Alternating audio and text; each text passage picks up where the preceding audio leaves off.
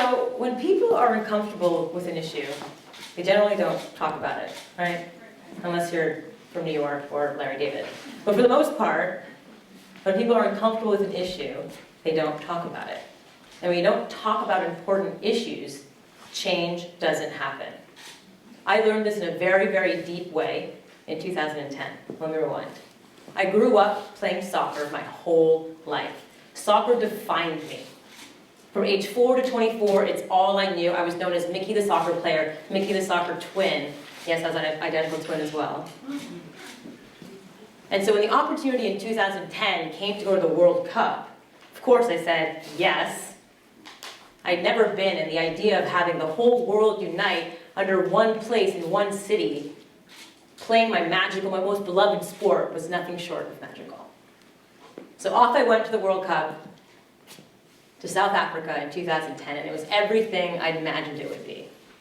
Saw my favorite games, saw the most amazing soccer of my life, danced the Waka Waka by Shakira.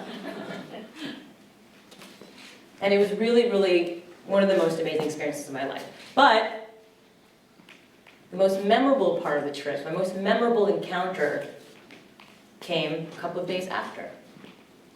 I'd taken a trip outside the outskirts of Johannesburg to a small village where I met a young girl, no older than 12 or 13 years old. She introduced herself as Amale, and it was a weekday, and I said, Amale, why aren't you in school? And she said, it's my week of shame. I said, your week of shame, what are you talking about?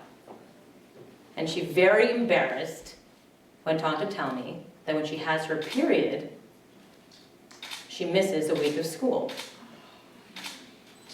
And I said, why?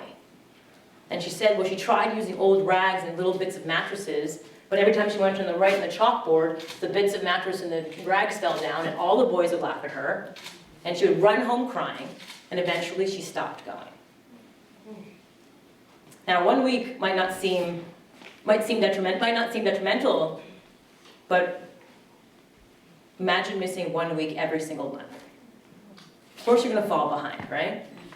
And when you fall behind in the developing world, you drop out. Up to this point, I'd never even heard about this menstruation management issue in the developing world. What were girls using in the developing world to manage their periods? Have you ever asked yourself that? I was so curious, and so when I came home, I did some research. I typed up what were girls using to manage their periods in the developing world. And to my shock and horror, I discovered that girls were using unimaginable things like sticks, leaves, mud, rags, bark, plastic bags, you name it, they tried it, it wasn't working. I discovered that 67 million girls in Africa alone, millions more around the world, started by missing 1 week of school every month, and eventually got so far behind they dropped out of school. Because of something as natural as their periods, really?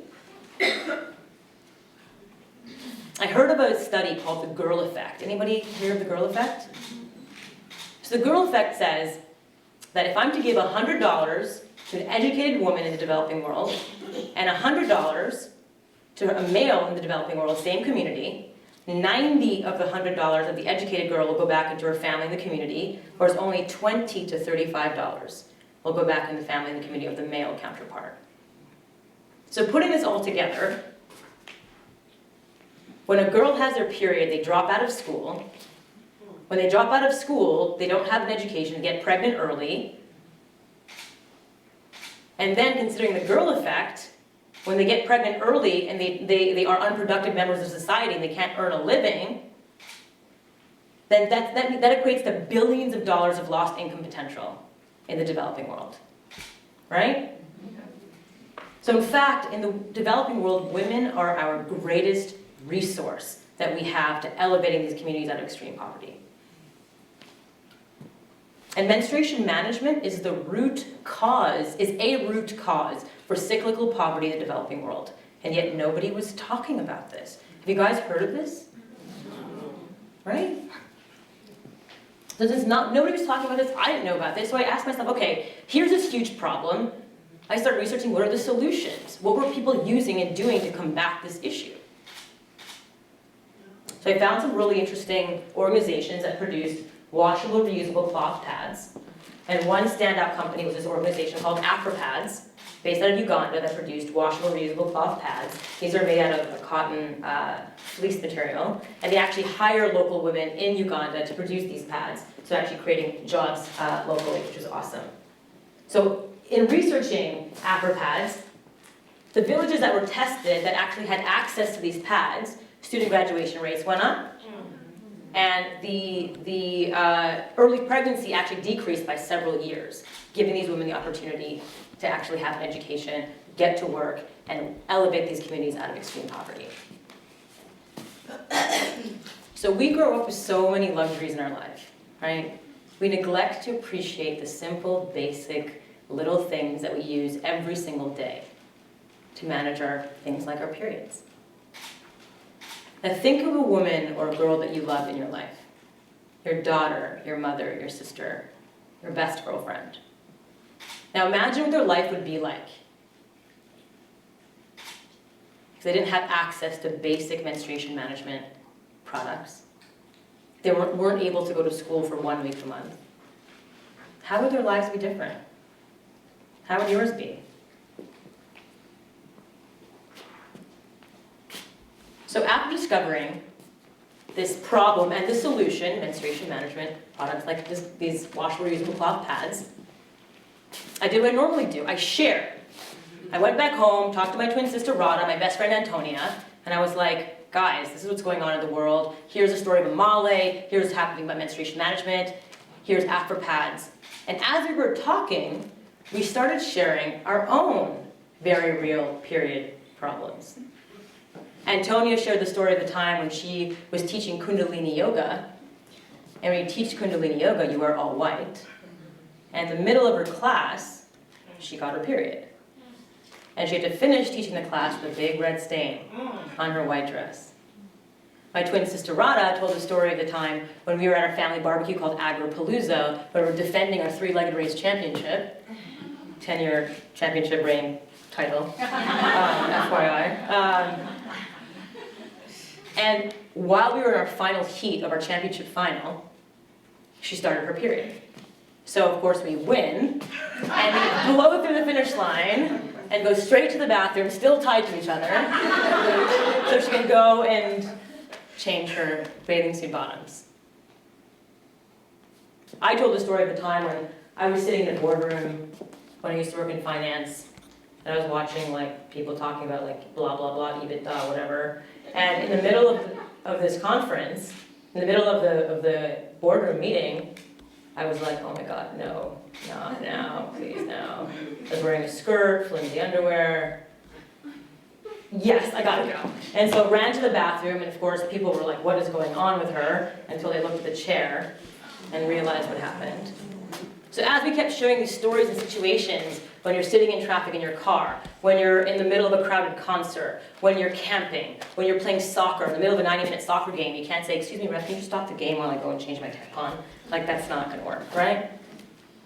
My sister's a surgeon. In the middle of an operation, 12-hour operation, you can't say, excuse me, patient, I'm gonna just go and change, I'll be right back. Just interns, first year, I want you guys to take care of that. That's not gonna work, right? So that's when we had our first like ding, ding, ding moment.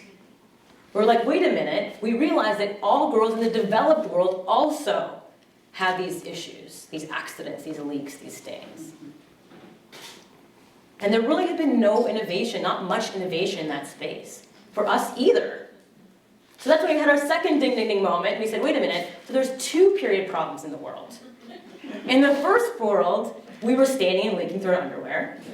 And in the developing world, we didn't have access to the most basic menstruation management solutions. And just to confirm this, I'm going to ask the audience, show of hands,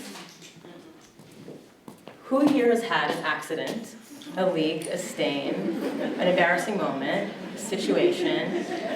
Thank you! Every single woman has had this situation happen to them. It's totally normal. It's not just the developing world, it's all of us. We're in this together. It sucks for all of us. So as Radha and I, Antonia and I continued to recount these stories, we started just thinking about the amount of money we had thrown away and wasted on these underwear. And it actually amounted to thousands of dollars. And you know that pair of underwear that you're like, oh, it's my favorite, I'm not going to throw it away, I'm going to keep it in the back of my drawer, and you pull it out. We all have those underwear. It's like, I don't want to get rid of those underwear, they were expensive. So we were starting to get really, really excited to come up with a solution that solved the problem for us and for the women in the developing world. So we were really, really inspired by the social enterprises of Warby Parker and Tom Shoes. Everyone knows them, right? Where they provided a luxury item for the people of the first world to provide a more essential item for the people in the developing world. And so for us, we were like, well, what should we create? For us, it made really a lot of sense. Why not create a pair of underwear that solved our problem every single month? That actually kept us safe every day of the month. So over the past 3 years, 3+ years now, Antonia, Radha, and I joined forces, and we invented Thinx. It's T-H-I-N-X. And it's a beautiful pair of underwear that's breathable, washable, comfortable, but also you'll never leak or stain through them. In fact, I'm wearing them right now. I can show you. There you go. Right? Awesome. You can't even tell that they're a pair of underwear. They're anything but a regular pair of underwear. Boys, I hope you guys closed your eyes. And also, we joined forces with AfroPads, and for every pair of underwear that we sell here, we fund the production of 7 washable, reusable plastic that goes back to the developing countries, so we can create more local jobs, and AfroPads are our partner. They were the ones that we were most impressed by, and they're super excited to be our partner. So as we were developing things, we started talking to everybody we possibly could about this issue, menstruation management, what's going on. And the more we talked to people, the more we realized how uncomfortable people were talking about this issue. Right? Ladies squirming in your seats? I would ask my girlfriends, like, so, like, how many pairs of underwear do you have stained? How many third of you? And they're all like, oh, what are you talking about? It was a slightly awkward conversation, but I realized when people are uncomfortable with issues, they don't talk about it. And when they don't talk about important issues, change doesn't happen. And that's why there's really been no innovation in this space, and that's why this issue has been totally neglected. And so our mission expanded beyond just providing a product and a solution for women here and women there. Our mission became to also break the taboo around this important issue around the world that's also so natural. We can create life, it's beautiful. It should not be called the week of shame. So how do you break the taboo? Simple, 3 words. Elevate the conversation. And how do you elevate the conversation? 2 ways. First, simply just talk about it. Just talk to people about it, get them comfortable about it. Even if at first they're a little bit uncomfortable, the more you talk about something, the more comfortable they get. The more comfortable they get, the more they talk about it. Then the more they realize that this is such an important issue around the world, and more than likely change will come from that.